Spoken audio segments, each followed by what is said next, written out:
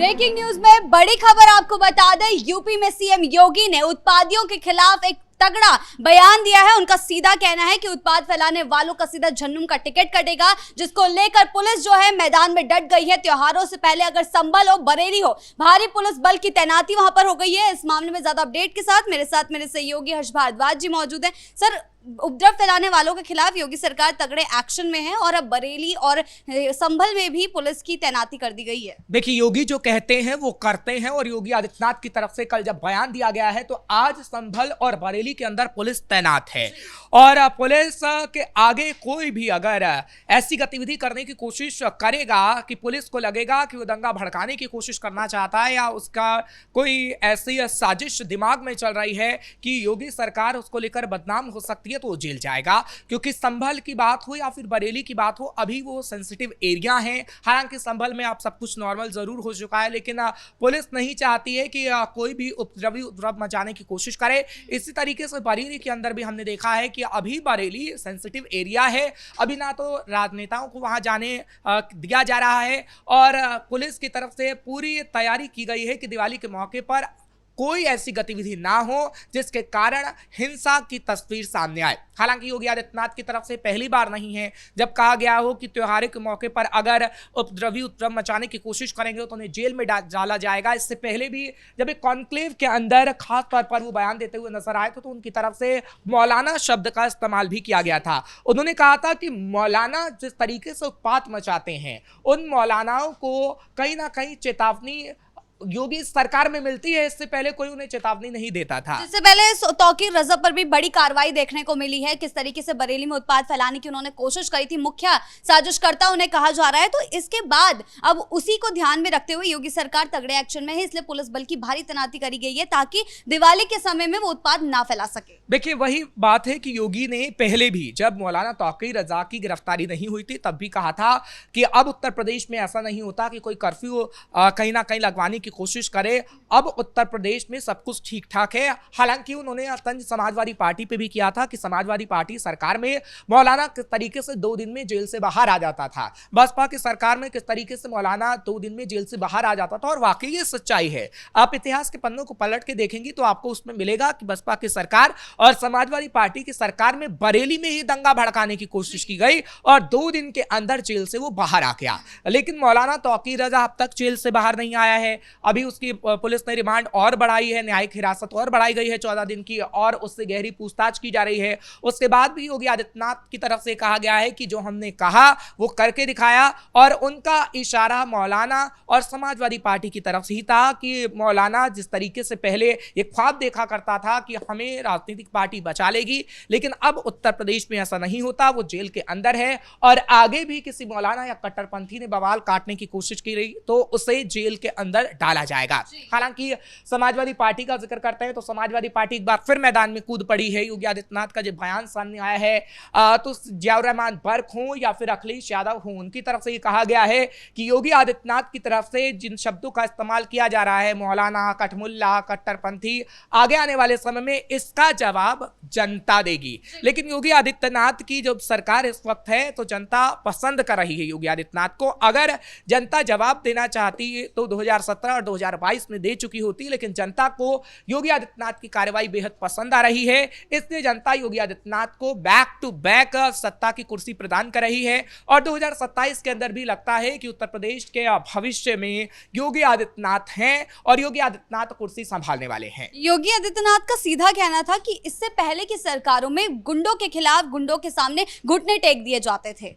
देखिए, गुंडों के सामने घुटने टेकना कहीं ना कहीं मायावती की आदत हो गई थी। गुंडों के सामने घुटने टेकना अखिलेश यादव की आदत बन गई थी। लेकिन योगी सरकार घुटने टेकने में विश्वास नहीं रखती। योगी सरकार सीना तान के चलती है और बताती है कि अगर कोई भी दंगा भड़काएगा तो उसे कहीं ना कहीं जेल के अंदर तो जाना होगा और काफी उत्पात मचाने की कोशिश की तो हाफ एनकाउंटर होगा और पूरी तरीके से एनकाउंटर भी होगा। आपने एनकाउंटर की बात करी तो अभी हाल ही में कुछ दिनों से कई एनकाउंटर की खबरें सामने आ रही है कि 48 घंटे में 2 एनकाउंटर, 9 एनकाउंटर हो गए, तो लगातार उपद्रवियों के खिलाफ, अपराधियों के खिलाफ भी शिकंजा कसा जा रहा है। देखिए, मौलाना तौकीर रजा को तो खुद ही एनकाउंटर का डर सता रहा था। अगर एनकाउंटर का डर ना होता तो मौलाना तौकीर रजा क्यों कहता कि मुझे वीडियो कॉन्फ्रेंसिंग के जरिए पेश होना है। हालांकि पुलिस की तरफ से भी बाकायदा ये कहा गया था कि वीडियो कॉन्फ्रेंसिंग के जरिए ही उनकी पेशी होगी।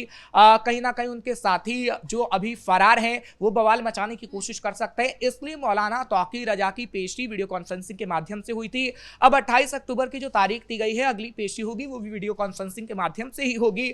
और ये कहा जा रहा है कि पुलिस जब एहतियातन तौर पर ये कर रही है तो इसके पीछे मकसद यही है कि उत्तर प्रदेश में कोई ऐसा हिंसा ना हो, उत्तर प्रदेश में कोई दंगा ना हो।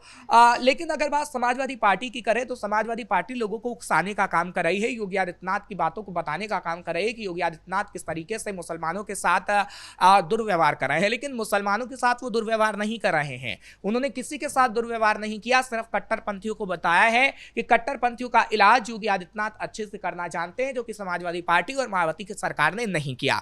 अभी आप देखिए, पहले क्या होता था, पहले पुलिस ना तो कोई संज्ञान लेती थी, ना ही आपको दिखता था कि चौक चौराहे पे कहीं पुलिस तैनात है। लेकिन योगी आदित्यनाथ की सरकार में जब भी त्योहार आते हैं, अभी कांवड़ यात्रा गुजरी है, हमने देखा है कि कांवड़ यात्रा के दौरान कोई भी ऐसी तस्वीर सामने नहीं आ पाई जब हमने देखा हो कि लड़ाई झगड़ा हुआ हो या दो समुदाय में आपसी झड़प हुई हो। नवरात्रि बीती है, नवरात्रि में भी हमें ऐसा नहीं देखा। नवरात्रि में आपसी सौहार्द के साथ लोगों ने त्योहार मनाया, रामलीला अभी गई है। और अब दिवाली का त्योहार आ रहा है तो दिवाली के त्योहार पे भी आपको ऐसी तस्वीरें नहीं देखने को मिलेंगी। जबकि समाजवादी पार्टी की सरकार थी तो समाजवादी पार्टी की सरकार में रामनवमी के दिन यात्रा निकलने पर बैन होता था, हिंदू यात्रा नहीं निकाल पाते थे और समाजवादी पार्टी के मुखिया उस पर एक शब्द नहीं कहते थे, क्योंकि समाजवादी पार्टी के मुखिया को जो पड़ी थी वो मुस्लिम वोट बैंक के पड़ी थी कि मुस्लिम वोट बैंक उनसे छिटक जाएगा, और हिंदुओं के समर्थन में कभी भी उन्होंने एक बात नहीं की। अभी भी आप देखेंगे कि जब भी कोई त्योहार आता है तो अखिलेश यादव सबसे पहले मुसलमानी के त्योहार पर बधाइयां देने का काम करते हैं, लेकिन हिंदुओं के त्योहार पर आज तक उनका सबसे पहले कोई भी ट्वीट नहीं आया, सबसे आखिर में ही वो ट्वीट करते हैं। और इसलिए कहीं ना कहीं उनकी टाइमिंग पर सवाल उठता है कि जब मुसलमानों का त्योहार होता है तो आप सुबह सवेरे ट्वीट कर देते हैं, लेकिन जब हिंदुओं का त्योहार होता है तो आप शाम लगा देते हैं। तो ये टाइमिंग पर सवाल तो उठेगा ही, क्योंकि अखिलेश यादव ने हमेशा से मुस्लिम वोट बैंक की राजनीति की है और मुस्लिम वोट बैंक की राजनीति करने के चक्कर में कहीं ना कहीं वो एक समुदाय से हाथ खो बैठे। और योगी सरकार कोई भी एक्शन लेती है तो अखिलेश उसके खिलाफ ही बयानबाजी करते हैं। हालांकि विपक्ष का काम वही होता है, लेकिन फिर भी वो जनता को भड़काने की कोशिश करते हैं उस योजना के खिलाफ, उस एक्शन के खिलाफ। देखिए, अभी भी तो भड़का ही रहे हैं। संभल के अंदर लोगों को भड़काने का काम किया। जब संभल में हमने देखा कि उनका प्रतिनिधिमंडल जाने की कोशिश कर रहा था, पुलिस ने रोक दिया। उसके बाद ऐसी बयानबाजी की गई, इकरा हसन की बयानबाजी देख लीजिए आप, या जियाउर रहमान बर्क की बयानबाजी देख लीजिए। वो कहते हैं कि योगी से हम नहीं डरते। अरे उत्तर प्रदेश में अगर योगी आदित्यनाथ का प्रशासन है तो प्रशासन और कानून व्यवस्था से आपको डरना होगा, क्योंकि कानून व्यवस्था होती ही इसलिए है कि अगर आपके मन में डर नहीं है तो आप कोई भी गतिविधि ऐसी कर देंगे जो कहीं ना कहीं प्रदेश को नुकसान पहुंचाएगी।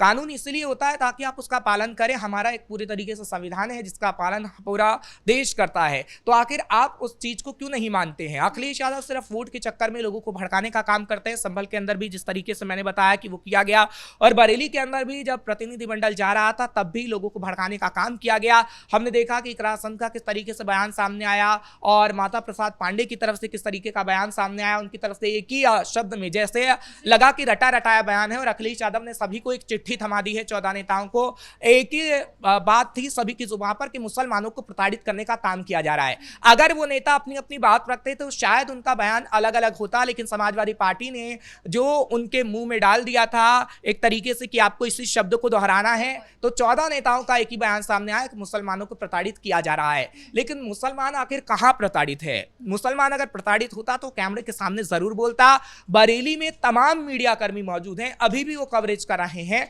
और आपने देखा है कि किसी भी मुसलमान ने ये नहीं बोला कि योगी आदित्यनाथ की सरकार ने उनके साथ दुर्व्यवहार किया हो या योगी आदित्यनाथ तो उन्हें प्रताड़ित करने का काम कर रहे हैं। उनकी तरफ से तो बाकायदा योगी आदित्यनाथ के पोस्टर लगाए गए हैं, आई लव पुलिस कहा गया है। तो आखिर क्यों अखिलेश यादव को ऐसी तस्वीरें नजर आ रही हैं जो तस्वीर है ही नहीं, या फिर अखिलेश यादव वो तस्वीर बनाने की कोशिश कर रहे हैं कि एक तस्वीर हम बनाते हैं जिसमें लिखा हो कि मुसलमानों को प्रताड़ित किया जा रहा है, एक तस्वीर हम बनाते हैं जिसमें हो कि हाँ समाजवादी पार्टी मुसलमानों का मसीहा है। लेकिन आप जितनी भी तस्वीर बना लीजिए, तस्वीरें अगर अच्छी हो तो बताती हैं कि कितना अच्छा काम हो रहा है और योगी आदित्यनाथ की सरकार में एक भी दंगा नहीं हुआ। जी बहुत बहुत धन्यवाद आपका इन तमाम जानकारियों के लिए। दंगाइयों के खिलाफ योगी सरकार लगातार तगड़ा एक्शन ले रही है। संभल हो या बरेली हो, हर जगह पर भारी पुलिस बल की तैनाती की गई है ताकि कोई भी अपराधी उत्पात फैलाने की कोशिश ना कर सके। उन पर शिकंजा कसा जा रहा है। आगे क्या कुछ होता है, क्या कुछ देखने को मिलता है, त्योहारों से पहले योगी सरकार क्या क्या कड़ी कार्रवाई करती है, इस पर हमारी नजर जो है बनी रहेगी। ब्रेकिंग न्यूज में फिलहाल इतना ही। कैमरा पर्सन कुणाल के साथ मैं शिवानी रतूड़ी, कैपिटल टीवी उत्तर प्रदेश।